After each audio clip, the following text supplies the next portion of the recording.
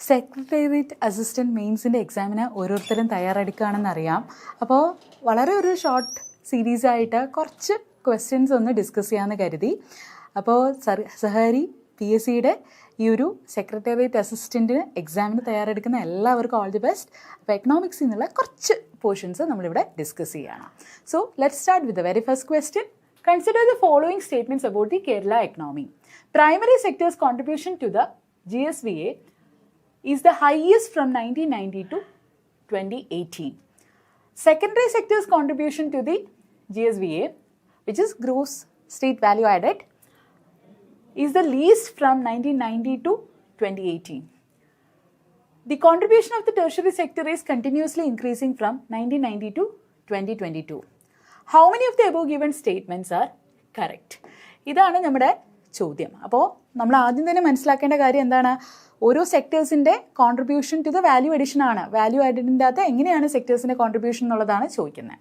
അപ്പോൾ നമ്മുടെ അടുത്ത് പറഞ്ഞിരിക്കുന്നത് 1990 തൊട്ട് 2018 വരെ കേരളത്തിൻ്റെ അകത്ത് ഏറ്റവും കൂടുതൽ കോൺട്രിബ്യൂഷൻ ചെയ്യുന്നത് പ്രൈമറി സെക്ടർ. പ്രൈമറി സെക്ടർ നമുക്ക് എല്ലാവർക്കും അറിയാം, direct use of natural resources ആണ്. അഗ്രികൾച്ചർ, അതുപോലെ തന്നെ നമ്മുടെ ഫോറസ്ട്രി, അക്വാറ്റിക് റിസോഴ്സസ്, പൗൾട്രി, ഈ അലൈഡ് ആയിട്ടുള്ള ആക്ടിവിറ്റീസ് അഗ്രികൾച്ചറുമായിട്ട് ബന്ധപ്പെട്ട് ഇതെല്ലാം അതിൻ്റെ അകത്ത് വരുന്നുണ്ട്. അപ്പോൾ ആ ഒരു സ്റ്റേറ്റ്മെൻറ്റ് തെറ്റാണെന്ന് നമുക്കറിയാം. കാരണം കേരളത്തിൽ അങ്ങനെ വലിയൊരു രീതിയിലുള്ള പ്രൈമറി സെക്ടറിൻ്റെ കോൺട്രിബ്യൂഷൻ ഈ അടുത്ത കാലങ്ങളിൽ ഇല്ല എന്നുള്ളത് നമുക്കറിയാം. രണ്ടാമത്തത് സെക്കൻഡറി സെക്ടേഴ്സ് കോൺട്രിബ്യൂഷൻ എന്ന് പറയുന്നത് ലീസ്റ്റ് ആണെന്നുള്ളത്. അപ്പോൾ ലീസ്റ്റ് ആവണം എന്നുണ്ടെങ്കിൽ പ്രൈമറി സെക്ടറിനെയും കാട്ടി വളരെ താഴെ ആയിരിക്കണം സെക്കൻഡറി സെക്ടറിൻ്റെ കോൺട്രിബ്യൂഷൻ. കാരണം ഏറ്റവും കുറച്ചൊരു കോൺട്രിബ്യൂഷൻ വരുന്ന ഡൊമൈനാണ് പ്രൈമറി സെക്ടർ എന്ന് പറയുന്നത്.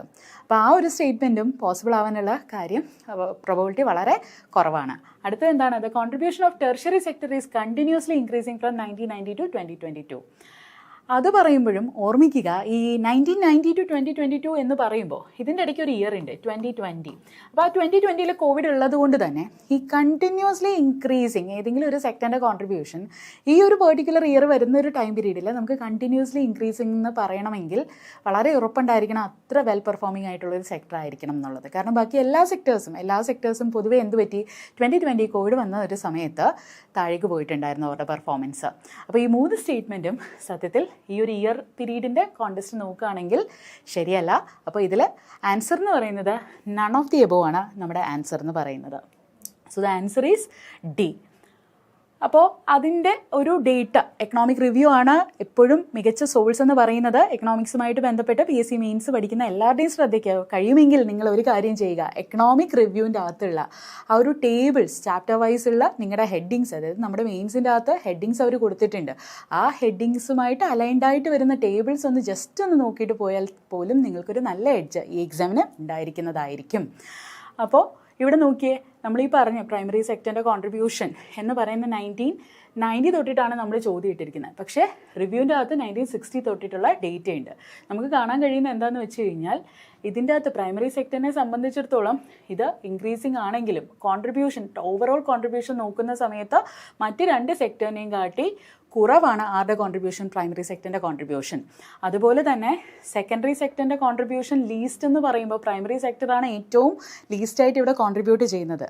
സെക്കൻഡറി സെക്ടർ എന്ന് പറയുന്നത് പ്രൈമറി സെക്ടറിനെയും കാട്ടി ഒരു ബെറ്റർ പെർഫോമൻസ് കാലാകാലങ്ങളിലായിട്ട് കാഴ്ചവെച്ചിട്ടുണ്ട്. എസ്പെഷ്യലി 2009 എല്ലാം ഒരു ടൈം പീരീഡ് എടുക്കുകയാണെങ്കിൽ അതിനുശേഷം നമ്മൾ കാണുന്നത് എന്താണെന്ന് വെച്ച് കഴിഞ്ഞാൽ സെക്കൻഡറി സെക്ടറിൽ നല്ല രീതിയിലുള്ള ഒരു performance when compare to the primary sector കാഴ്ചവെച്ചിട്ടുണ്ടെന്നുള്ളൊരു കാര്യം നമുക്ക് കാണാം.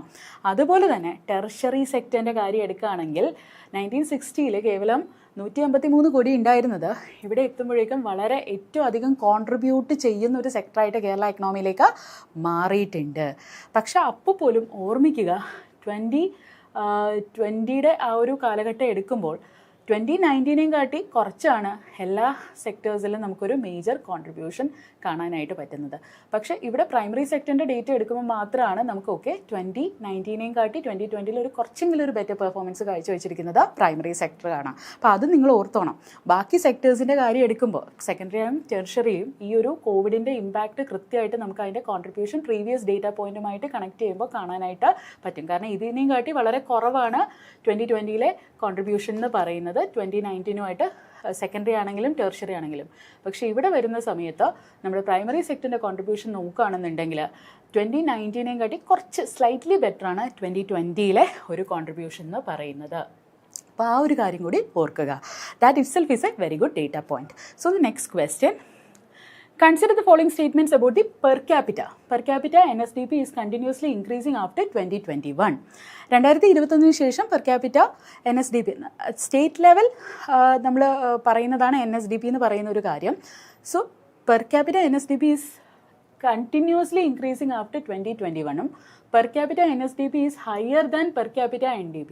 നെറ്റ് ഡൊമസ്റ്റിക് പ്രോഡക്റ്റിൻ്റെ context list net state domestic product എന്ന് പറയുന്നത് പെർ ക്യാപിറ്റ ടേംസിൽ നോക്കുമ്പോൾ, അതായത് ഓരോരോ ആവറേജ് പേഴ്സണിന് കിട്ടുന്ന കോൺട്രിബ്യൂഷൻ അല്ലെങ്കിൽ അവർക്ക് കിട്ടുന്ന share in the domestic product നോക്കുന്ന സമയത്ത് കേരളത്തിലുള്ള ആൾക്കാർക്ക് പെർ ക്യാപിറ്റ ടേംസ് നോക്കുമ്പോൾ ബെറ്റർ പെർഫോമൻസ് ആണ് ഇന്ത്യയിലുള്ള ആവറേജുമായിട്ട് കമ്പയർ ചെയ്യുമ്പോൾ. പെർ ക്യാപിറ്റ ടേംസിലുള്ള ഡൊമസ്റ്റിക് പ്രോഡക്റ്റിൻ്റെ ഒരു ഷെയർ കിട്ടുന്ന കാര്യമാണ് നമ്മൾ പറയുന്നത് പെർ ക്യാപിറ്റ എന്ന് പറയുമ്പോൾ. ഓർമ്മിക്കുക, പെർ ക്യാപിറ്റ നമ്മൾ സാധാരണയായിട്ട് GDPയുടെ പെർ ക്യാപിറ്റ എടുക്കാറുണ്ട്, നെറ്റ് ഡൊമസ്റ്റിക് പ്രോഡക്റ്റിൻ്റെ പെർ ക്യാപിറ്റ എടുക്കാറുണ്ട്. അത് പെർ ക്യാപിറ്റ ആവുന്നത് എങ്ങനെയാണ്? GDPയുടെ ആണെങ്കിൽ GDP divided by the mid year population ആണ്. GDP divided by the mid year population ആണ് നമ്മുടെ എന്തെന്ന് പറയുന്നത് പെർ ക്യാപിറ്റ എന്ന് പറയുന്നത്. അപ്പോൾ പെർ ക്യാപിറ്റ ടേംസിൽ നോക്കുമ്പോൾ നമ്മുടെ കേരളമാണ് ഇന്ത്യനെക്കാട്ടി ബെറ്റർ ആയിട്ട് പെർഫോം ചെയ്യുന്നത് എന്നുള്ളൊരു കോൺസെപ്റ്റാണ് ഇവിടെ പറയുന്നത്. അപ്പോൾ ഈ രണ്ട് സ്റ്റേറ്റ്മെൻറ്റ്സും സത്യത്തിൽ ശരിയാണ് എന്നുള്ളതാണ് ഇവിടുത്തെ answer. Both statements are correct. C ആണ് ഇതിൻ്റെ ഉത്തരം. അപ്പം നമുക്കിതിൻ്റെ ഗ്രാഫ് ഒന്ന് കാണാം. അപ്പോൾ ഗ്രാഫ് ഒന്ന് നോക്കിയേ. 2013 തൊട്ട് 2023 വരെയുള്ള ഡേറ്റ കമ്പയർ ചെയ്യുകയാണ്. ഇവിടെ കേരളത്തിൻ്റെ പെർ ക്യാപിറ്റ NSDP ഉണ്ട്, സ്റ്റേറ്റ് ഡൊമസ്റ്റിക് പ്രോഡക്റ്റിൻ്റെ പെർ ക്യാപിറ്റ ടേംസിൽ നമ്മൾ പറയുന്നുണ്ട്. അതുപോലെ ഇന്ത്യയുടേതും പറയുന്നുണ്ട്. അപ്പോൾ ഈ റെഡ് ലൈൻ എന്ന് പറയുന്നത് കേരളവും ബ്ലൂ ലൈൻ എന്ന് പറയുന്നത് ഇന്ത്യയാണ്. വളരെയധികം ക്ലിയർ കട്ടായിട്ട് എവിഡൻ്റ് ആണ് നമ്മുടെ കേരളത്തിൻ്റെ പെർ ക്യാപിറ്റ NSDP എന്ന് പറയുന്നത് പെർ ക്യാപിറ്റ NDPനെ കാട്ടി വളരെയധികം മുകളിലാണ് നിൽക്കുന്നു എന്നുള്ളൊരു കാര്യം നമുക്ക് കാണാനായിട്ട് പറ്റുന്നുണ്ട്. അത് ഈ 2013 തൊട്ട് 2023 വരെയുള്ള ഒരു കാലഘട്ടം എടുക്കുകയാണെന്നുണ്ടെങ്കിൽ ഒരു ടൈം പീരീഡിൽ പോലും നമ്മുടെ പെർ ക്യാപിറ്റ NSDP എന്ന് പറയുന്നത് നമ്മുടെ ഇന്ത്യയുടെ ആവറേജിനെയും കാട്ടി താഴേക്ക് വന്നിട്ടില്ല. അപ്പോൾ സെക്കൻഡ് സ്റ്റേറ്റ്മെൻറ്റ് ശരിയാണ്.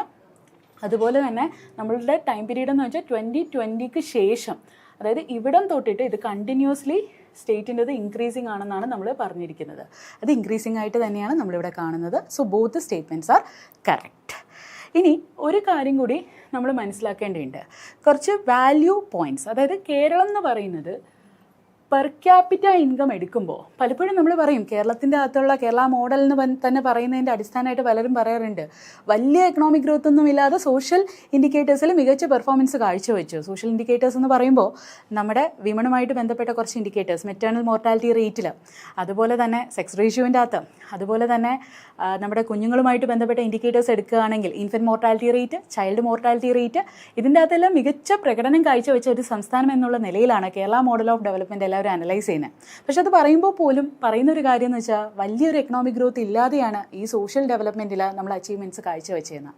പക്ഷേ അതിൽ ഒബ്ജക്റ്റീവായിട്ട് നമ്മൾ മനസ്സിലാക്കേണ്ട കാര്യം എന്താണ്? കേരളം എന്ന് പറയുന്നത് നമ്മുടെ ഇന്ത്യയിൽ പെർ ക്യാപിറ്റ ഇൻകം എടുക്കുകയാണെങ്കിൽ ആദ്യത്തെ ടോപ്പ് 10 സ്റ്റേറ്റ്സിൽ ഒന്നാണ് കേരളം എന്ന് പറയുന്നത്. അത് വളരെ ഇമ്പോർട്ടൻ്റ് ആയിട്ടുള്ളൊരു ഡേറ്റ പോയിൻ്റാണ്. രണ്ടാമത്, average income per person in Kerala is 1.4 times the national average in 2023-24. 2023-24 data എടുക്കുകയാണെങ്കിൽ നമ്മുടെ കേരളത്തിലുള്ള വ്യക്തികളുടെ ആവറേജ് നോക്കുമ്പോൾ, അതായത് ഒരു ആവറേജ് മനുഷ്യന് ഒരു പെർ ക്യാപിറ്റ ഇൻകത്തിൻ്റെ കോണ്ടസ്റ്റിൽ നോക്കുമ്പോൾ അയാൾക്ക് കിട്ടുന്നതെന്ന് പറയുന്നത് നമ്മുടെ ഒരു ഇന്ത്യയുടെ ആവറേജ് എടുക്കുമ്പോൾ അതിനെക്കാട്ടി 1.4 ടൈംസ് കൂടുതലാണ് എന്നുള്ളൊരു കാര്യമാണ് സെക്കൻഡ് ഡേറ്റ പോയിന്റ് നമ്മൾ ഓർമ്മിക്കേണ്ടത്. അതുപോലെ തന്നെ Kerala's per capita NSDP is higher than the per capita NDP. National level per capita NDPനെയും കാട്ടി കേരളത്തിൻ്റെ സ്റ്റേറ്റ് ലെവൽ NSDP എന്ന് പറയുന്നത് വളരെയധികം ഹൈ ആണ് എന്നുള്ളൊരു പോയിന്റും കൂടി നമ്മളിവിടെ ഓർമ്മിക്കണം. ഇനി ഡിസ്ട്രിക്ട്സിൻ്റെ കാര്യം എടുത്ത് നോക്കാം. ഡിസ്ട്രിക്ട്സിൻ്റെ കാര്യത്തിൽ എറണാകുളമാണ് ഹയസ്റ്റ് പെർ ക്യാപിറ്റ ഇൻകം ഉള്ള ഒരു ഡിസ്ട്രിക്റ്റ് എന്ന് പറയുന്നത്. അതുപോലെ മലപ്പുറവും വയനാടുമാണ് ഏറ്റവും കുറച്ച് പെർ ക്യാപിറ്റ ഇൻകം ഉള്ളത്. അപ്പോൾ ഏത് ഡിസ്ട്രിക്റ്റാണ് ഏറ്റവും കൂടുതലുള്ളത്? എറണാകുളം. ഏറ്റവും കുറവുള്ളത് എവിടെയാണ്? മലപ്പുറത്തും വയനാടുമാണ് നമുക്ക് ഏറ്റവും lowest per capita income Kerala എക്കണോമിയുടെ കോണ്ടസ്റ്റിലുള്ളത്. അതൊരു ഇമ്പോർട്ടൻ്റ് ആയിട്ടുള്ളൊരു ഡേറ്റ പോയിൻ്റാണ്. അതുപോലെ ഇനി നമ്മൾ നോക്കേണ്ടതെന്ന് വെച്ചാൽ ഡിസ്ട്രിക്ട് ലെവലായിട്ടുള്ള ഡേറ്റ, ഗ്രോസ് ഡിസ്ട്രിക്ട് വാല്യൂ ആഡഡിൻ്റെ ഒരു ടേംസിൻ്റെ അകത്ത് നമ്മൾ നോക്കുകയാണെങ്കിൽ ഇടുക്കിയിലാണ് ഏറ്റവും highest growth of per capita GDVA വരുന്നത്. അപ്പോൾ ഇതിൻ്റെ ഗ്രോത്ത് റേറ്റ് ഡിസ്ട്രിക്ട്സിൻ്റെ ഒരു പക്ഷം വെച്ചിട്ട് നമ്മൾ അനലൈസ് ചെയ്യുന്ന സമയത്ത് നമ്മൾ എന്താ കാണുന്നത്? ഓക്കെ, എറണാകുളത്താണ് ഹയസ്റ്റ് പെർ ക്യാപിറ്റ ഇൻകം വരുന്നത് ഡിസ്ട്രിക്ട്സിൻ്റെ കോണ്ടെക്സ്റ്റിൽ നോക്കുമ്പോൾ. മലപ്പുറത്തും വയനാടുമാണ് ഏറ്റവും കുറച്ച് ലോവസ്റ്റ് പെർ ക്യാപിറ്റ ഇൻകം വരുന്നത്. അതേസമയം ഏറ്റവും കൂടുതൽ ഗ്രോത്ത് എന്ന് പറഞ്ഞു കഴിഞ്ഞാൽ 2 ടൈം പീരീഡ് തമ്മിലുള്ള വ്യത്യാസം, പ്രീവിയസ് ടൈം പീരീഡിൽ നിന്ന് എത്ര കണ്ട് പെർ ക്യാപിറ്റ ഇൻകം വർദ്ധിച്ചു എന്നുള്ളത് ഡിസ്ട്രിക്റ്റിൻ്റെ ലെവലിൽ അനലൈസ് ചെയ്യുമ്പോൾ നമ്മൾ കാണുന്നത് എന്താണ്? ഇടുക്കിയിലാണ് ഏറ്റവും കൂടുതൽ highest growth rate per capita GDP-യിൽ നമ്മൾ രജിസ്റ്റർ ചെയ്തിരിക്കുന്നത്. അതേസമയം എറണാകുളം ഡിസ്ട്രിക്റ്റിലാണ് ഏറ്റവും കുറച്ച് പെർ ക്യാപിറ്റ GDP ഉള്ളത്. അപ്പോൾ ഇതൊരു വളരെ ഇമ്പോർട്ടൻ്റ് ആയിട്ടുള്ളൊരു പോയിൻ്റാണ്. കാരണം എറണാകുളത്താണ് ഹയസ്റ്റ് പെർ ക്യാപിറ്റ ഇൻകം ഉള്ളത്. പക്ഷേ ഗ്രോത്ത് റേറ്റിൻ്റെ കോണ്ടെക്സ്റ്റിൽ നോക്കുമ്പോൾ ഏറ്റവും ലീസ്റ്റായിട്ട് വരുന്ന ഒരു ഡിസ്ട്രിക്റ്റ് എന്ന് പറയുന്നത് ഏത് ഡിസ്ട്രിക്റ്റാണ്? എറണാകുളം തന്നെയാണ്. അപ്പോൾ ഹയസ്റ്റ് പെർ ക്യാപിറ്റ ഇൻകവും പക്ഷേ ഗ്രോത്ത് റേറ്റിൻ്റെ കാര്യത്തിൽ ഏറ്റവും താഴെയും നിൽക്കുന്നതായിട്ട് നമുക്ക് കാണാൻ പറ്റും എറണാകുളം ഡിസ്ട്രിക്റ്റിൻ്റെ കോണ്ടെക്സ്റ്റിൽ പെർ ക്യാപിറ്റ ടേംസ് നോക്കുന്ന ഒരു സമയത്ത്. അപ്പോൾ ഇത് വളരെയധികം ഇമ്പോർട്ടൻ്റ് ആയിട്ട് ഓർമ്മിക്കേണ്ട ഒരു ഡേറ്റ പോയിൻ്റാണ്. ഇനി അടുത്തൊരു ഇമ്പോർട്ടൻറ്റ് കാര്യം എന്ന് വെച്ചാൽ with reference to the Kerala economy consider the following statements. വീണ്ടും നമ്മൾ ഈ ഒരു കേരള എക്കണോമിയുടെ കോണ്ടെക്സ്റ്റിലുള്ള എന്താ പറയുക പെർ ക്യാപിറ്റ ഇൻകം അല്ലെങ്കിൽ ഗ്രോത്ത്, എക്കണോമിക് ഗ്രോത്ത് എന്നുള്ളൊരു കോണ്ടെക്സ്റ്റ് എന്നുള്ളൊരു ക്വസ്റ്റ്യൻ ആണ്. The GSV growth rate of the primary sector is the least on 2021-22. In 2021-22 the tertiary sector had registered a double-digit growth rate. 3. Primary sector growth rate was positive and secondary and tertiary sector witnessed negative growth rate in 2020-21. അപ്പോൾ നമ്മൾ പറയുന്നത് എന്താണ്? GSVയുടെ കോണ്ടെക്സ്റ്റിൽ നോക്കുമ്പോൾ primary സെക്ടറിനാണ് ഏറ്റവും least growth rate 2021-22 ഉണ്ടായിട്ടുള്ളത്. അതുപോലെ തന്നെ 2021-22 data എടുക്കുമ്പോൾ ടെർഷറി സെക്ടറിന് ഡബിൾ ഡിജിറ്റ്, അതായത് 2 അക്ക ഗ്രോത്ത് റേറ്റ് ഉണ്ടായി. മോർ ദാൻ 9%, 10%, അതിന് മുകളിലോ ഗ്രോത്ത് റേറ്റ് കിട്ടിയ സെക്ടറാണ് ടെർഷറി സെക്ടർ എന്നാണ് നമ്മളിവിടെ പറയുന്നത്. അതേസമയം ഇൻട്രസ്റ്റിംഗ്ലി നമ്മൾ നേരത്തെ ഡേറ്റയിൽ കണ്ടതുമാണ് പ്രൈമറി സെക്ടറിൻ്റെ ഗ്രോത്ത് റേറ്റ് സ്ലൈറ്റ്ലി പോസിറ്റീവ് ആയിരുന്നു. സെക്കൻഡറി ആൻഡ് ടെർഷറി സെക്ടർ എന്ന് പറയുന്നത് നെഗറ്റീവ് ഗ്രോത്ത് റേറ്റ് വിറ്റ്നസ് ചെയ്തു എന്നുള്ളൊരു പോയിന്റ് നമ്മൾ കണ്ടു. അപ്പോൾ ഈ ഒരു സ്റ്റേറ്റ്മെൻറ്റ് ശരിയാണെന്ന് നമ്മൾ നേരത്തെ ആ ഒരു അനാലിസിസ്, ആ ഗ്രാഫിക്കൽ അനാലിസിസിൽ നിന്ന് തന്നെയാണ് നമുക്ക് മനസ്സിലായത്. അതുകൊണ്ട് ഞാൻ വീണ്ടും പറയുകയാണ്, കേരള എക്കണോമിക് റിവ്യൂവിൻ്റെ ഗ്രാഫുകൾക്ക് നിങ്ങളൊരു ഇമ്പോർട്ടൻസ് കൊടുക്കുക. ഈ കൺസേൺഡ് ആയിട്ടുള്ള നമ്മുടെ മെയിൻസിൻ്റെ ടോപ്പിക്ക് വരുന്ന ആ ഒരു സ്ഥലത്ത് വന്നിരിക്കുന്ന ഗ്രാഫുകൾക്ക് നമ്മളൊരു നല്ല ഇമ്പോർട്ടൻസ് കൊടുക്കേണ്ടിയിരിക്കുന്നു. ഇനി അടുത്തത്, അപ്പോൾ ഇതിൻ്റെ ആൻസർ എന്തായിട്ട് വരും? ഇതിൻ്റെ അകത്ത് ഇപ്പോൾ സെക്കൻഡ് സ്റ്റേറ്റ്മെൻറ്റും ടെർഷറി സെക്ടർ എന്ന് പറയുന്നത് വളരെയധികം നല്ല രീതിയിൽ പെർഫോം ചെയ്യുന്ന ഒരു സെക്ടറാണ് കേരള എക്കണോമിയുടെ കോണ്ടെക്സ്റ്റിൽ. അത് എല്ലാവർക്കും അറിയാവുന്ന ഒരു കാര്യമാണ്. ഇപ്പോൾ പലരും പറയും നമ്മുടെ stage theory of economic growth എല്ലാം പറയുന്ന സമയത്തും, അല്ലെങ്കിൽ നമ്മൾ പലപ്പോഴും ഒരു എക്കണോമിയുടെ വികസനം, സ്ട്രക്ചറൽ ഷിഫ്റ്റ് പറയുന്ന സമയത്തും എല്ലാം നമ്മൾ പറയുന്നതാണ് ആദ്യം ഒരു എക്കണോമിയിൽ പ്രൈമറി സെക്ടർ വരും, അത് കഴിഞ്ഞിട്ട് ഷിഫ്റ്റ് നടക്കും. അതായത് പ്രൈമറി സെക്ടറിൽ നിന്ന് സെക്കൻഡറി സെക്ടറിൽ നിന്ന് ടെർഷറി സെക്ടറിലേക്ക് പോകും. ഇങ്ങനെയാണ് സ്റ്റേജ് വൈസ് ഒരു എക്കണോമിക് ഗ്രോത്ത് ഒരു എക്കണോമിയിൽ നടക്കുന്നത്. പക്ഷെ നമ്മുടെ കേരള എക്കണോമിയിൽ എന്താ ഉണ്ടായത്? പ്രൈമറി സെക്ടർ ഉണ്ടായി, അതിനുശേഷം നേരെ പോയത് ടെർഷറി സെക്ടറിലേക്കാണ്. അതായത് നമ്മുടെ ഇൻഡസ്ട്രിയൽ സെക്ടറിൽ വലിയൊരു എടുത്തു പറയുന്ന വികസനം ഇല്ലാതെ നമ്മൾ എന്ത് ചെയ്തു? ബൈപ്പാസ് ചെയ്തു. ഇൻഡസ്ട്രി സെക്ടറിനെ അങ്ങ് ബൈപ്പാസ് ചെയ്തിട്ട്, സെക്കൻഡറി സെക്ടറിനെ ഒരു ബൈപ്പാസ് ചെയ്തിട്ട് നമ്മൾ നേരെ ടെർഷറി സെക്ടർ, സർവീസ്, ഒരു എക്കണോമി ഓറിയൻറ്റഡ് ആയിട്ടുള്ളൊരു എക്കണോമി ആയിട്ട് കേരള എക്കണോമി മാറിയിട്ടുണ്ട്. അപ്പോൾ ആ ഒരു കോണ്ടെക്സ്റ്റിൽ നിന്ന് നമുക്ക് പറയാൻ പറ്റും സെക്കൻഡ് സ്റ്റേറ്റ്മെൻറ്റും ശരിയാണെന്നുള്ളൊരു കാര്യം. ഇനി അടുത്തത് GSV of the growth rate of primary sector is the least on 2021-22 എന്നുള്ളതും ശരിയായിട്ടുള്ളൊരു സ്റ്റേറ്റ്മെൻ്റ് ആണെന്ന് നമുക്കറിയാം. സോ ദ ആൻസർ ഈസ് ഇവിടെ D ആണ് നമ്മുടെ ആൻസർ. ഈ 3 സ്റ്റേറ്റ്മെൻറ്റ്സും ശരിയാണ് എന്നുള്ളൊരു കാര്യം നമുക്ക് ഉറപ്പാക്കാം. അപ്പോൾ ഇതിൻ്റെയും നോക്കുക, ഗ്രാഫ് ഇവിടെ നമുക്ക് കാണാനായിട്ട് കഴിയുന്നുണ്ട്. അപ്പോൾ ഇതിൻ്റെ അകത്ത് നോക്കിയേ, ഏറ്റവും ലീസ്റ്റാണ് പ്രൈമറി സെക്ടർ. പൊതുവെ ലീസ്റ്റായിട്ടാണ് പ്രൈമറി സെക്ടർ പെർഫോം ചെയ്യുന്നത്. പക്ഷെ നിങ്ങൾ ശ്രദ്ധിച്ചോണം, 2023-24 ഒരു ചെറിയ ഷിഫ്റ്റ് ഉണ്ടായിരുന്നു. അതേ കാലഘട്ടത്തിൽ നോക്കിയേ, നമ്മുടെ ടെർഷറി സെക്ടർ, ഗ്രീൻ ലൈൻ്റെ കോൺട്രിബ്യൂഷൻ ഗ്രോത്ത് റേറ്റ് എന്ന് പറയുന്നത് 15.92, അതായത് ഡബിൾ ഡിജിറ്റ് ആണ്. അപ്പോൾ ആ സ്റ്റേറ്റ്മെൻറ്റും ശരിയാണെന്നുള്ളൊരു കാര്യം നമുക്ക് മനസ്സിലായി. പിന്നെ നമ്മൾ 2020 കാര്യം പറയുമ്പോൾ ശ്രദ്ധിക്കുക, സെക്കൻഡറി സെക്ടറിൻ്റെ ഗ്രോത്ത് റേറ്റും ടെർഷറി സെക്ടറിൻ്റെ ഗ്രോത്ത് റേറ്റും എവിടെയാണ് നിൽക്കുന്നത്? നെഗറ്റീവായിട്ടാണ് നിൽക്കുന്നത്. ആകെ കൂടി ഇവിടെ പോസിറ്റീവ് ഉള്ളത് ആർക്കാ? പ്രൈമറി സെക്ടറിനാണ്. അപ്പോൾ ഈ 3 സ്റ്റേറ്റ്മെൻറ്റ്സും ശരിയാണ് എന്നുള്ളത് ഓർമ്മിക്കുക. ഇതും ഒരു അഡീഷണൽ ഡേറ്റ പോയിന്റ് ആണ്. ഇതിൻ്റെ അകത്ത് നമ്മൾ പറയുന്ന ഒരു ഇമ്പോർട്ടൻറ്റ് പോയിന്റ് എന്ന് പറയുന്നത് നമ്മൾ കണ്ടു primary sector, secondary sector, tertiary സെക്ടറിൻ്റെ കോൺട്രിബ്യൂഷൻസിനെ പറ്റി നമ്മളിവിടെ കാണുന്നുണ്ട്. അപ്പോൾ ഇതിൽ ഓർമ്മിക്കേണ്ട കാര്യം, ഏറ്റവും കൂടുതൽ കോൺട്രിബ്യൂഷൻ നമ്മുടെ GSVയിലേക്ക് തരുന്നത് ടെർഷ്യറി സെക്ടറാണ്. ഏകദേശം 64.2% ആണ് ഇതിൻ്റെ കോൺട്രിബ്യൂഷൻ എന്ന് പറയുന്നത്. അതുപോലെ തന്നെ നിങ്ങൾ ഓർമ്മിക്കേണ്ട രണ്ടാമത്തെ കാര്യം എന്ന് പറയുന്നത്, നമ്മുടെ സെക്കൻഡറി സെക്ടറിൻ്റെ അകത്ത് തന്നെ ഏറ്റവും കൂടുതൽ കോൺട്രിബ്യൂഷൻ ചെയ്യുന്ന ഒരു ഇമ്പോർട്ടൻ്റ് ആയിട്ടുള്ള സെക്ടർ എന്ന് പറയുന്നത് കൺസ്ട്രക്ഷൻ സെക്ടറും ഒപ്പം തന്നെ മാനുഫാക്ചറിങ് സെക്ടറും ഇതിൻ്റെ അകത്ത് നല്ല രീതിയിൽ കോൺട്രിബ്യൂഷൻ തരുന്നുണ്ട്. ഇനി ടെർഷ്യറി സെക്ടർ എടുക്കുകയാണെങ്കിൽ ആ സെക്ടറിൻ്റെ അകത്ത് ഏറ്റവും മികച്ച കോൺട്രിബ്യൂഷൻ തരുന്ന ഒരു സബ് സെക്ടർ, ഓരോ സെക്ടേഴ്സിനും സബ് സെക്ടേഴ്സ് ഉണ്ട്. ഇപ്പോൾ ടെർഷ്യറി സെക്ടറിൻ്റെ സബ് സെക്ടർ ആയിട്ടുള്ള trade, repair, hotels and restaurant ആണ് ഏറ്റവും മികച്ച രീതിയിൽ GSVയിലേക്ക് കോൺട്രിബ്യൂഷൻ തരുന്ന. ടെർഷ്യറി സെക്ടറിൻ്റെ അകത്ത് ഏറ്റവും മികച്ച പെർഫോമൻസ് കാഴ്ചവെക്കുന്നത് trade, repair, hotel and restaurant ആണ്. സെക്കൻഡറി സെക്ടറിൻ്റെ അകത്ത് ഇത് കൺസ്ട്രക്ഷൻ സെക്ടറാണ് ഏറ്റവും മികച്ച പ്രകടനം കാഴ്ചവെക്കുന്നത്. അതുപോലെ തന്നെ ടെർഷ്യറി സെക്ടറിൽ ഒരു മികച്ച പ്രകടനം കാഴ്ചവെക്കുന്ന മറ്റൊരു സബ് സെക്ടർ എന്ന് പറയുന്ന real estate, ownership of dwelling and professional services ആണ്. 2023-24 ഡേറ്റ വെച്ചിട്ടാണ്, എക്കണോമിക് റിവ്യൂ എന്നുള്ള ഡേറ്റ വെച്ചിട്ടാണ് നമ്മളിത് പറയുന്നത്. അപ്പോൾ അതുപോലെ തന്നെ ഓർമ്മിക്കേണ്ട ഒരു കാര്യം എന്ന് വെച്ച് കഴിഞ്ഞാൽ, നമ്മൾ ഈ sectoral composition of gross state domestic product എടുക്കുന്ന സമയത്ത് 2023-24 ഡേറ്റയിൽ പ്രീവിയസ് ഇയറുമായിട്ട്, അതായത് 2022-23 കമ്പയർ ചെയ്യുമ്പോൾ നമ്മൾ കാണുന്നത് എന്താണെന്ന് വെച്ച് കഴിഞ്ഞാൽ, ഏകദേശം എല്ലാ സെക്ടേഴ്സിനും ഒരു നല്ല രീതിയിലുള്ളൊരു ഗ്രോത്ത് ഉള്ളതായിട്ടാണ് നമ്മൾ സെക്ടോറൽ കമ്പോസിഷൻ നോക്കുന്ന സമയത്ത് കാണുന്നത്. അപ്പോൾ പ്രൈമറി സെക്ടർ ആയിക്കോട്ടെ, സെക്കൻഡറി സെക്ടർ ആയിക്കോട്ടെ, അതുപോലെ ടെർഷ്യറി സെക്ടർ ആയിക്കോട്ടെ, എല്ലാ സെക്ടേഴ്സും ഒരു നല്ല രീതിയിൽ അത് പെർഫോം ചെയ്യുന്നുണ്ട്, അതിനൊരു ഗ്രോത്ത് റേറ്റ് ഉണ്ട് എന്നുള്ളതാണ് ഈ ഒരു സ്റ്റേറ്റ്മെൻറ്റ് കൊണ്ട് നമ്മൾ ഉദ്ദേശിക്കുന്നത്. നമ്മളിതിൽ പറഞ്ഞൊരു ഇമ്പോർട്ടൻറ്റ് കാര്യം എന്ന് വെച്ചാൽ, ഇപ്പോൾ സെക്ടേഴ്സ് എല്ലാം നല്ല രീതിയിൽ ഗ്രോ ചെയ്യുന്നു എന്ന് പറഞ്ഞു. അപ്പോൾ പ്രൈമറി സെക്ടറിൻ്റെ ഡേറ്റ നോക്കുകയാണെങ്കിൽ ഏകദേശം പ്രൈമറി സെക്ടറിന് 4.7%ഓളം ഗ്രോത്ത് റേറ്റ് ഉണ്ട്. പ്രീവിയസ് ഡേറ്റ പോയിന്റ് 22-23 നോക്കുന്ന സമയത്ത് ഉള്ളതിനെയും കാട്ടി ഏകദേശം ഒരു 4.7% റോബസ്റ്റ് ഗ്രോത്ത് ഉണ്ടെന്നാണ്, നമ്മൾ നല്ല രീതിയിൽ ഗ്രോ ചെയ്യുന്നുണ്ടെന്നുള്ളത് മനസ്സിലാക്കണം. അതുപോലെ തന്നെ സെക്കൻഡറി സെക്ടറിൻ്റെ കാര്യം എടുക്കുമ്പോഴും പ്രീവിയസിൽ 3.2% ഉള്ളത് ഈ വർഷം 4.1%ഓളം 2023-24 കോൺടെസ്റ്റിൽ പറയുകയാണ് 4.1%ഓളം ആ സെക്ടറും ഗ്രോ ചെയ്തിട്ടുണ്ട്.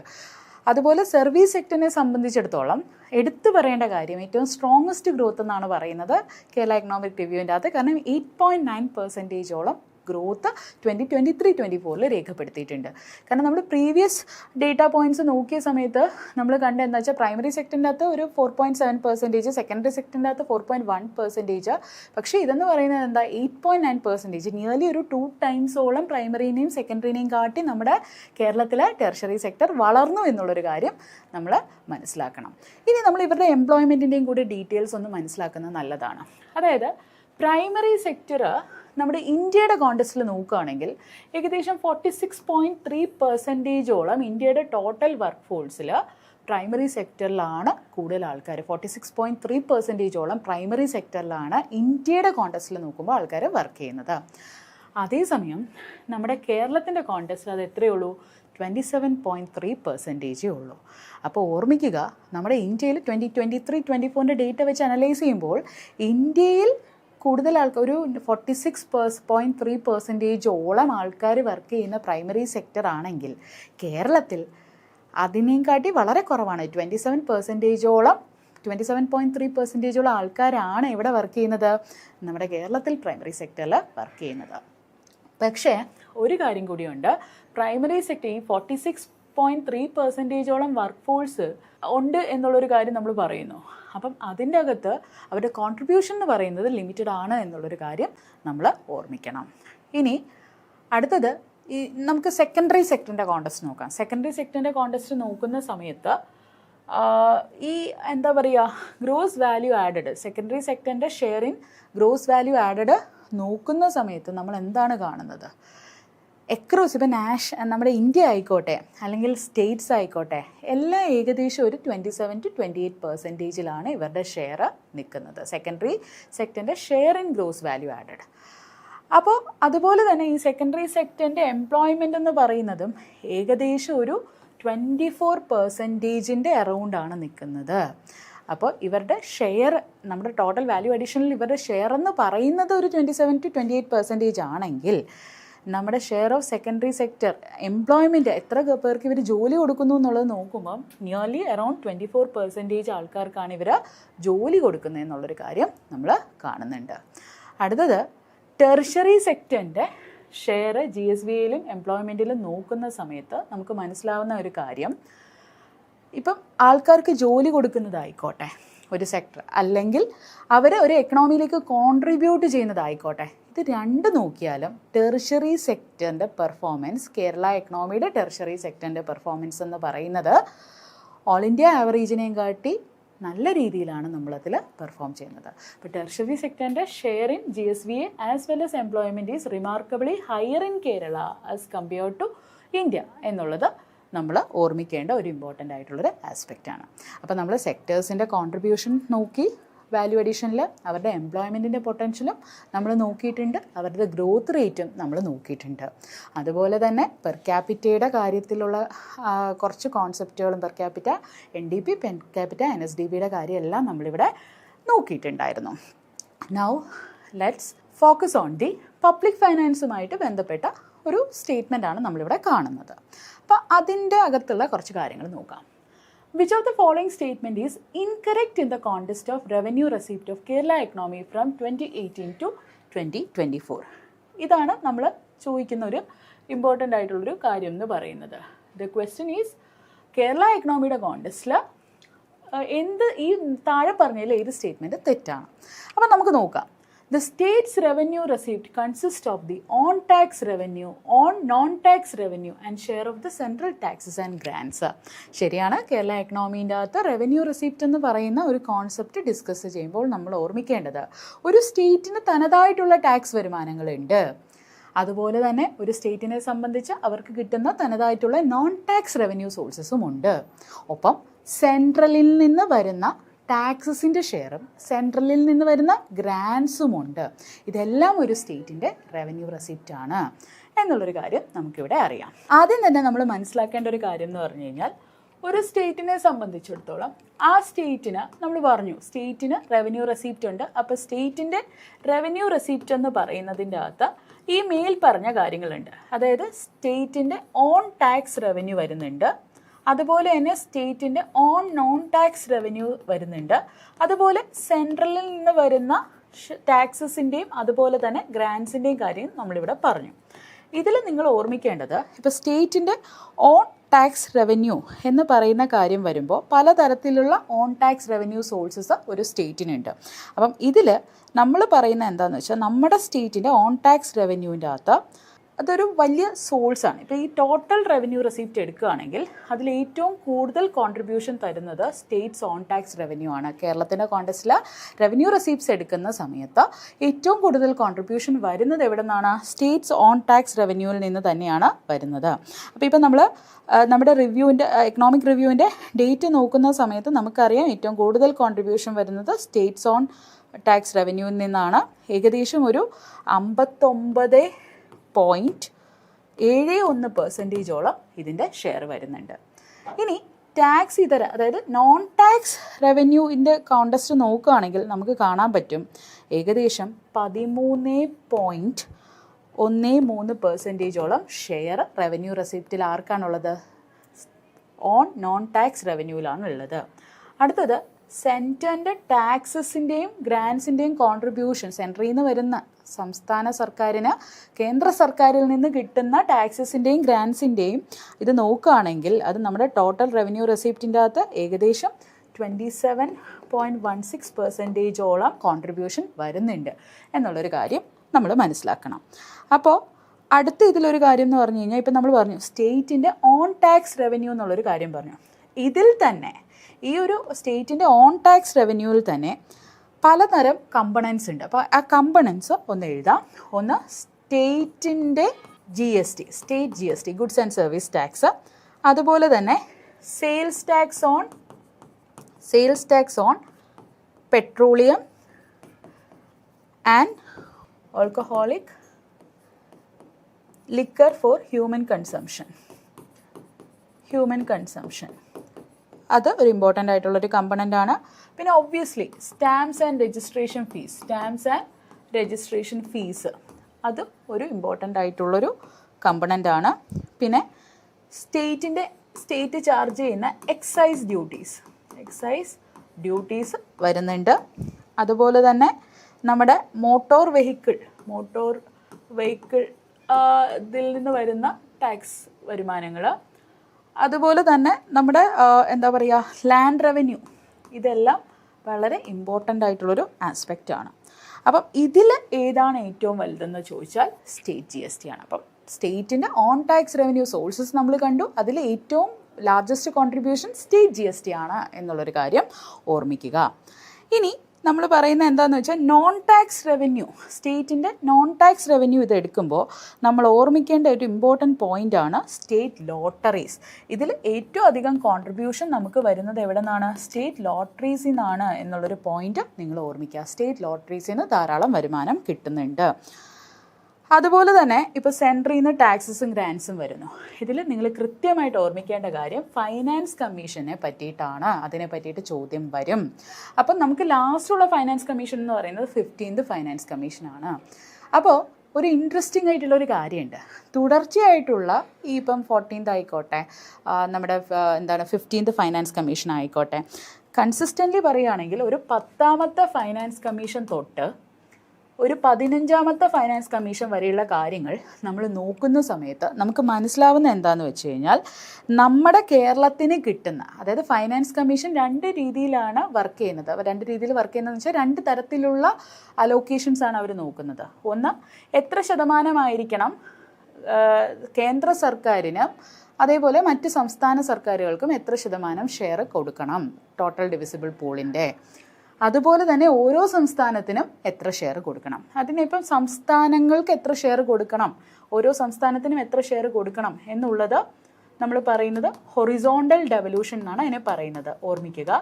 അതേസമയം കേന്ദ്രത്തിന് എത്ര, സംസ്ഥാനങ്ങൾക്ക് എത്ര എന്നുള്ളത് പറയുന്നത് വെർട്ടിക്കൽ ഡെവല്യൂഷൻ എന്നുള്ള കോൺസെപ്റ്റിലാണ്. 10ാമത്തെ ഫൈനാൻസ് കമ്മീഷൻ തൊട്ട് 13ാമത്തെ ഫൈനാൻസ് കമ്മീഷൻ വരെ വരുമ്പോൾ ആ ഷെയർ കുറയുന്നതായിട്ട് നമ്മൾ കണ്ടു. എഗെയിൻ 14ാമത്തെ ഫൈനാൻസ് കമ്മീഷനിൽ ഒരു ചെറിയ ഇമ്പ്രൂവ്മെൻറ്റ്, 13നെയും കാട്ടി കുറച്ചും കൂടി ബെറ്റർ ആയിട്ടുള്ളൊരു ഇമ്പ്രൂവ്മെൻറ്റ് 14ാമത്തെ ഫൈനാൻസ് കമ്മീഷൻ തന്നിട്ടുണ്ട്. പക്ഷേ വീണ്ടും 15ാമത്തെ ഫൈനാൻസ് കമ്മീഷനിൽ വരുമ്പോൾ നമ്മൾ താഴേക്ക് പോകുന്നതായിട്ട് കാണാനായിട്ട് പറ്റും.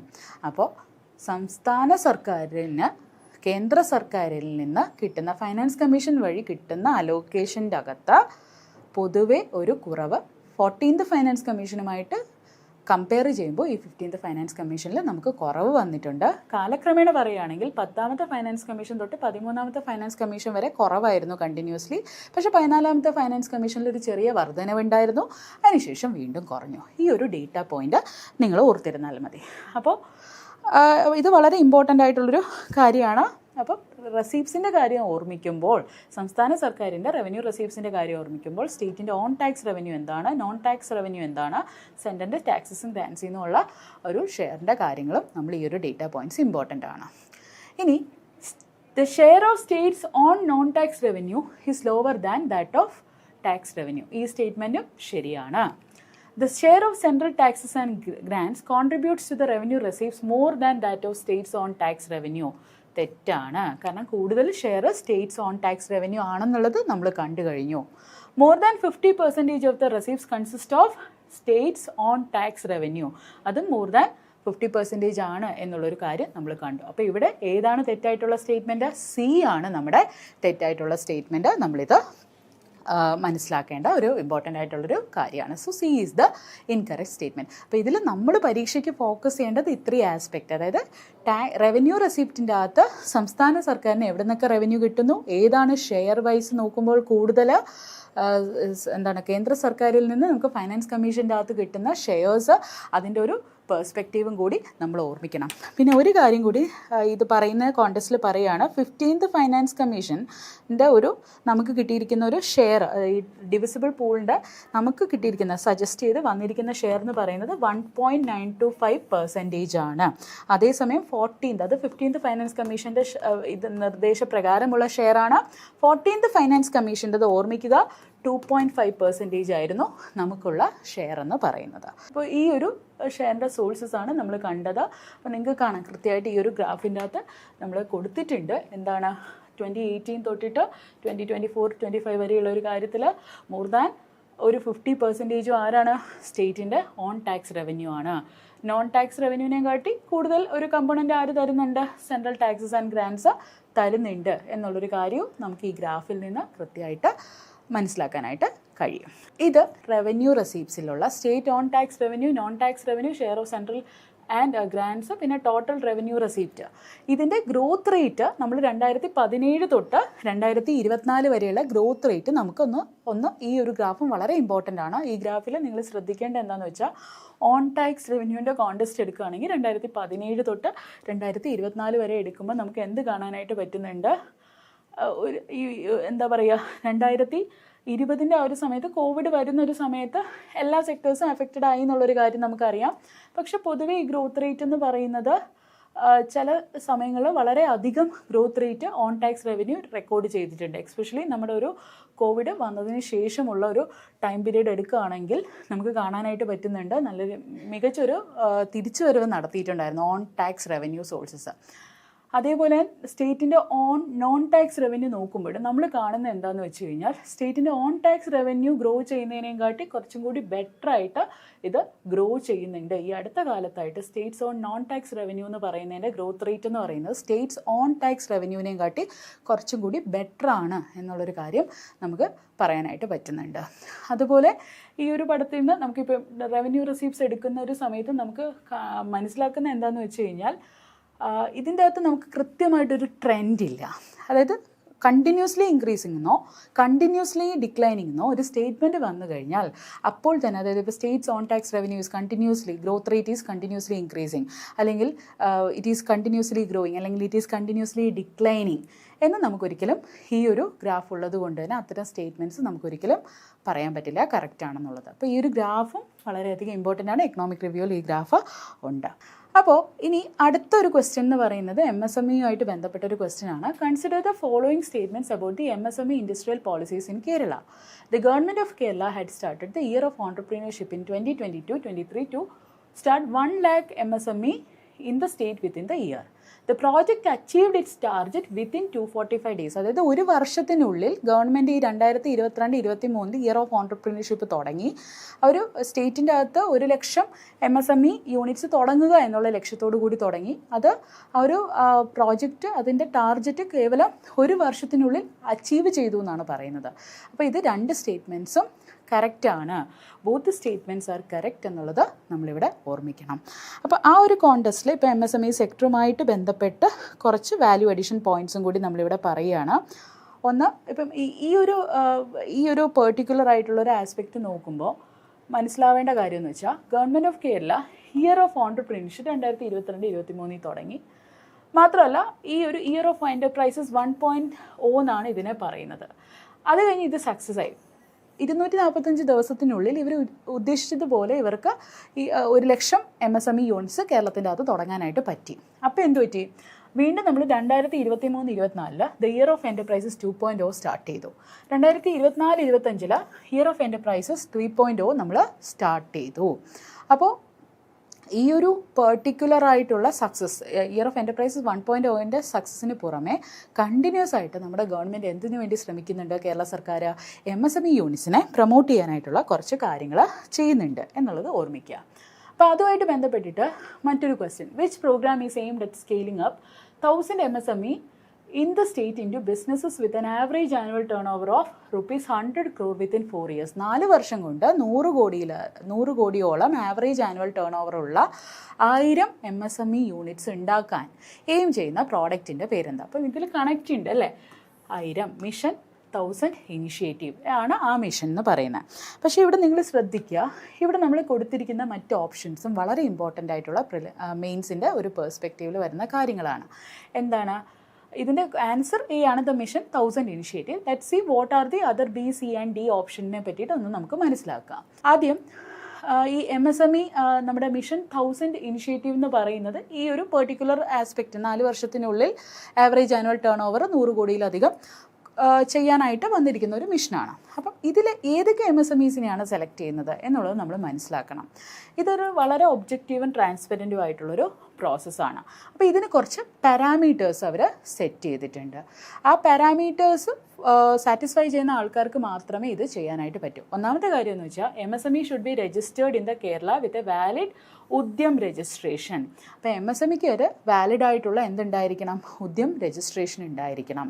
അതുപോലെ തന്നെ മാർച്ച് 31, 2023 ഡേറ്റ് വച്ചിട്ട് നോക്കുമ്പോൾ ഈ MSME യൂണിറ്റ് എന്ന് പറയുന്ന അറ്റ്ലീസ്റ്റ് 3 വർഷമായിട്ട് ഓപ്പറേഷണൽ ആയിട്ടുള്ള ഒരു 3 വർഷത്തെ എക്സിസ്റ്റൻസ് ഉള്ള ഒരു യൂണിറ്റിനാണ് ഇതിൻ്റെ അകത്തേക്ക് കടന്നു വരാനായിട്ട് പറ്റുന്നത്. അതുപോലെ തന്നെ ഇത് വളരെ ഇമ്പോർട്ടൻറ്റ് പോയിൻ്റാണ്. MSME must be engaged in manufacturing or service activities. Trade ആക്ടിവിറ്റീസിലുള്ളവർക്ക് ഇതിൽ എലിജിബിലിറ്റി ഇല്ല. ട്രേഡ് ആക്ടിവിറ്റീസിൽ അത്തരം ആക്ടിവിറ്റീസ് ചെയ്യുന്ന MSMEസിന് എന്തിൽ എലിജിബിലിറ്റി ഇല്ല? ഈ ഒരു പെർട്ടിക്കുലർ സ്കീമിലേക്ക് എലിജിബിലിറ്റി ഇല്ല. മാനുഫാക്ചറിങ്ങും സർവീസ് ആക്ടിവിറ്റീസും ചെയ്യുന്നവർക്കാണ് ഈ ഒരു സ്കീമിലേക്കുള്ള എലിജിബിലിറ്റി വരുന്നത്. ഇനി ഈ ക്വസ്റ്റ്യൻ്റെ മറ്റൊരു ഓപ്ഷനായ വ്യവസായ ഭദ്രത, ഇതെന്താണ്? അതായത് നമ്മുടെ കോവിഡ് വന്ന സമയത്ത് MSMEനെ സപ്പോർട്ട് ചെയ്യാനായിട്ടുള്ള ഒരു സ്കീമായിരുന്നു. അവർക്ക് ഒരു ഫൈനാൻഷ്യൽ അസിസ്റ്റൻസും അവർക്കൊരു റിലീഫും കൊടുക്കുന്ന ഒരു സ്കീമായിരുന്നു വ്യവസായ ഭദ്രത എന്ന് പറയുന്ന സ്കീം. അതുപോലെ തന്നെ മറ്റൊരു ഇപ്പോൾ ഇൻഡസ്ട്രിയുമായിട്ട് ബന്ധപ്പെട്ട് MSME അല്ല, ഓവറോൾ ഇൻഡസ്ട്രിയുമായിട്ട് ബന്ധപ്പെട്ടിട്ട് കേരളമാണ് first state to adopt the responsible investment responsible industry programme നടപ്പിലാക്കുന്ന ഒരു ഫസ്റ്റ് സ്റ്റേറ്റ് എന്ന് പറയുന്നത് കേരളമാണ്. Responsible investment responsible industry programme എന്ന് പറയുന്നത് വളരെ റെസ്പോൺസിബിളായിട്ടുള്ള ഇൻഡസ്ട്രിയൽ സസ്റ്റൈനബിൾ ആയിട്ടുള്ളൊരു ഗ്രോത്ത് അത് നടപ്പിലാക്കിയ ആദ്യ സംസ്ഥാനം എന്ന് പറയുന്നത് കേരളമാണ് എന്നുള്ളൊരു കാര്യം ഓർമ്മിക്കുക. അതുപോലെ തന്നെ MSME സെക്ടറിനും മറ്റും സപ്പോർട്ടിനായിട്ട് ധാരാളം സ്കീംസ് നമ്മുടെ directorate of industries and commerce നടത്തുന്നുണ്ട്. അപ്പം അതിൽ for example year of enterprises scheme, private campus cooperative industrial estate എന്ന് പറയുന്ന സ്കീം, മിഷൻ 1000 സ്കെയിലപ്പ്, അതുപോലെ RAMP raising and accelerating MSME performance ആണ് റാമ്പ് സ്കീം എന്ന് പറയുന്നത്. Kerala brand and the entrepreneur support scheme എന്നുള്ളൊരു സ്കീം. ഇതെല്ലാ സ്കീംസും നമ്മുടെ MSME സെക്ടറിന് ഒരു ആക്സലറേഷൻ, അതിനെ ഗ്രോത്തിലേക്ക് കൊണ്ടുവരുന്ന സ്കീംസ് ആണെന്നുള്ളത് ഓർമ്മിക്കുക.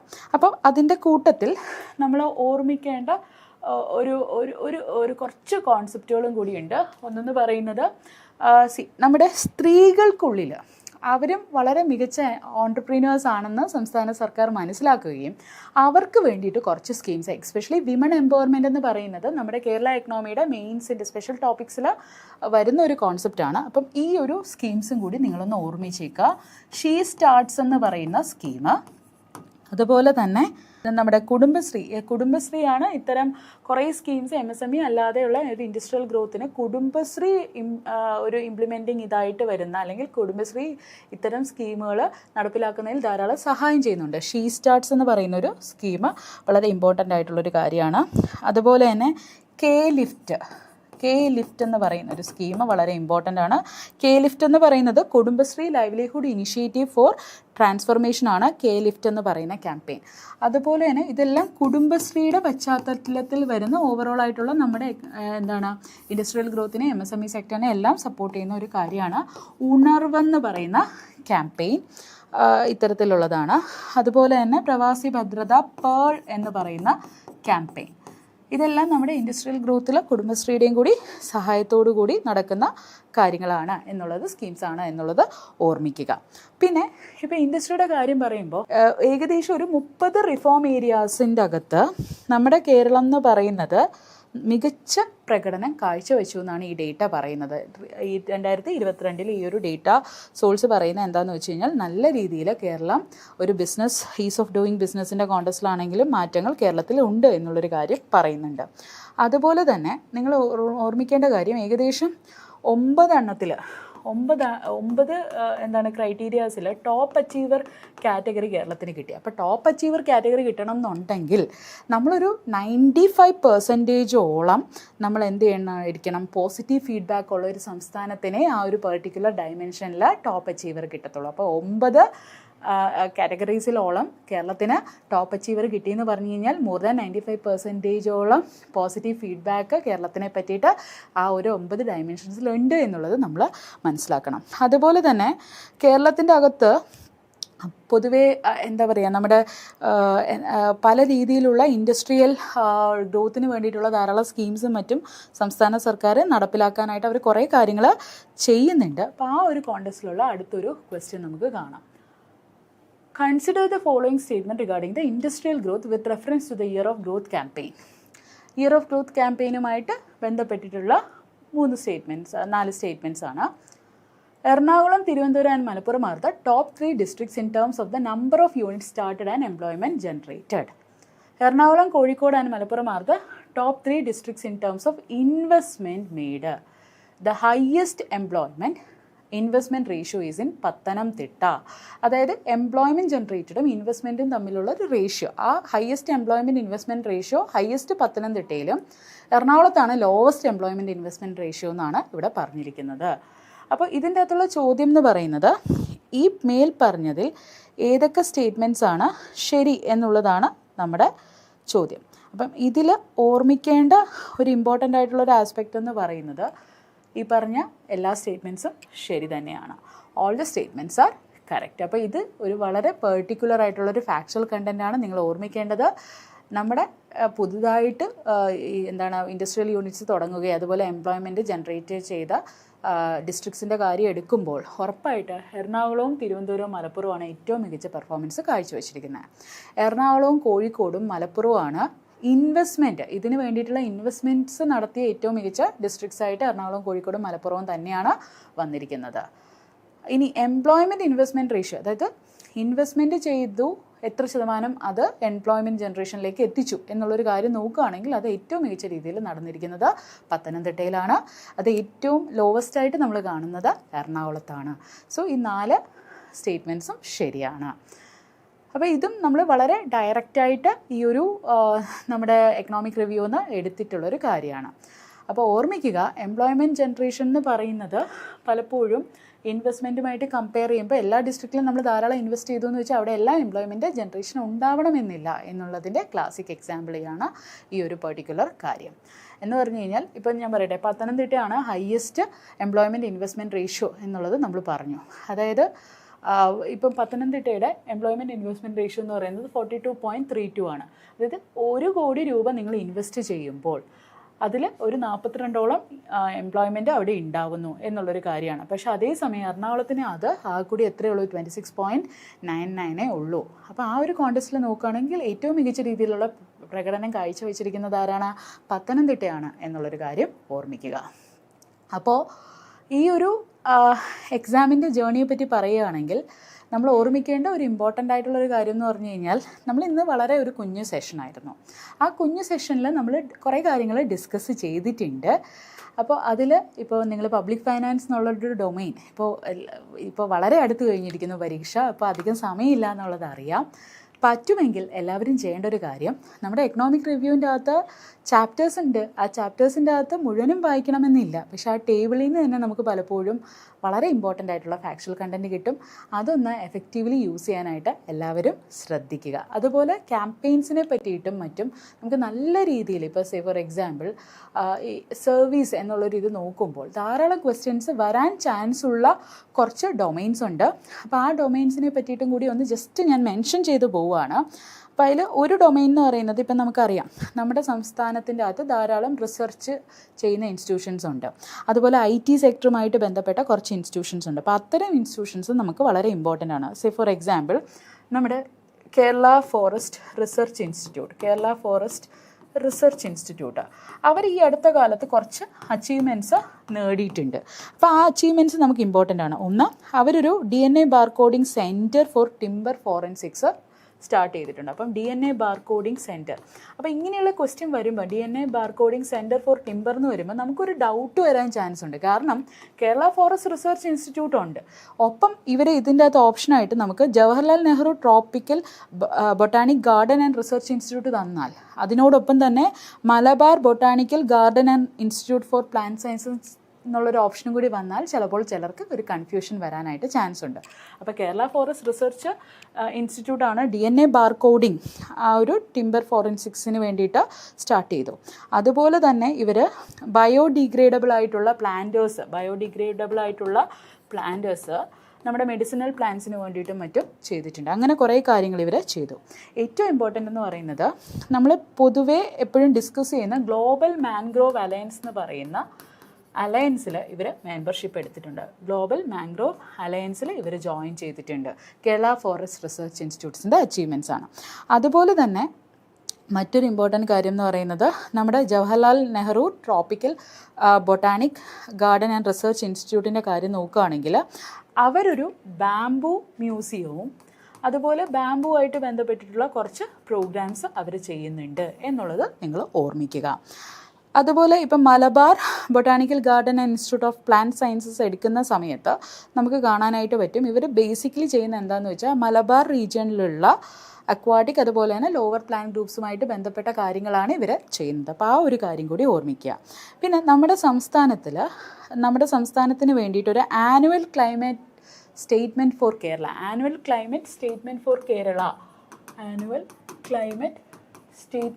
കേരള എന്ന സ്റ്റേറ്റ്മെൻറ്റ് ഫോർ കേരള ഇത് ഒരു കൂട്ടർ ചെയ്തിട്ടുണ്ട്. അപ്പോൾ നമ്മുടെ സംസ്ഥാനത്തിന് ഒരു ഓട്ടോണമസ് ആയിട്ടുള്ള ഒരു യൂണിറ്റ് ഉണ്ട്, ഒരു ഇൻസ്റ്റിറ്റ്യൂഷൻ ഉണ്ട്. അവരുടെ ജോലി ക്ലൈമറ്റ് ചേഞ്ചുമായിട്ട് ബന്ധപ്പെട്ടത് പഠിക്കുകയാണ്. Institute four climate change studies ആണ് ആ ഇൻസ്റ്റിറ്റ്യൂട്ട്. അപ്പോൾ അവരും കുറേ കോൺട്രിബ്യൂഷൻ ചെയ്തിട്ടുണ്ട്. ഇനി നമ്മുടെ centre for water resource development and management institution ഇവർ ധാരാളം ഇത് നല്ല പ്രൊബബിൾ ആയിട്ടുള്ള കുറച്ച് വർക്ക്സ് ഇവർ ചെയ്തിട്ടുണ്ട്. ഒന്ന്, ഇവരൊരു ഹൈഡ്ര എന്ന് പറയുന്ന ഒരു സിസ്റ്റം കൊണ്ടുവന്നിട്ടുണ്ട്. അപ്പോൾ ഹൈഡ്ര എന്ന് പറയുന്നത് ബേസിക്കലി റെയിൻഫോൾ അനാലിസിസിന് വേണ്ടിയിട്ട് ഹെൽപ്പ് ചെയ്യുന്ന ഒരു സിസ്റ്റമാണ്. അതുപോലെ തന്നെ ഇവർ വാട്ടർ സിറ്റിസൺസ് അസസ്മെൻറ്റ് ടൂൾ അതിൻ്റെ പേര് വാട്ടർ കാറ്റ് എന്നാണ് അതിൻ്റെ പേര്. അതും ഇവരാണ് കൊണ്ടുവന്നിരിക്കുന്നത്. പിന്നെ ഇവരെന്ത് ചെയ്തു എന്ന് വെച്ചാൽ roof top rain water calculator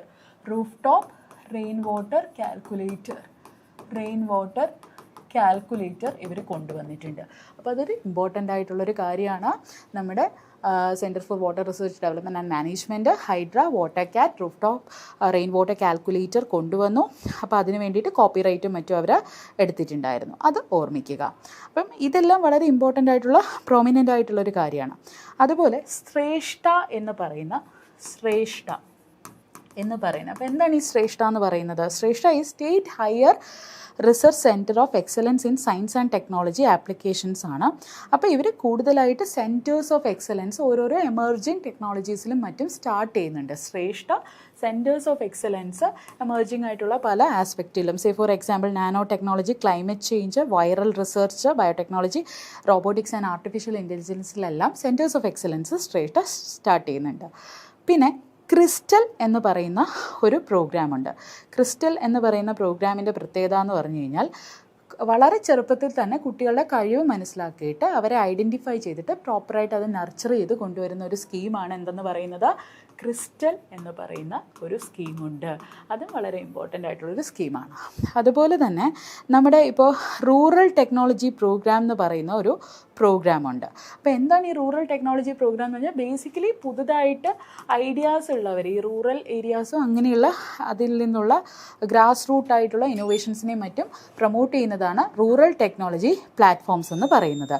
അപ്പം അതും വളരെ ഇമ്പോർട്ടൻ്റ് ആയിട്ടുള്ളൊരു സ്കീമാണ്, ഓർമ്മിക്കുക.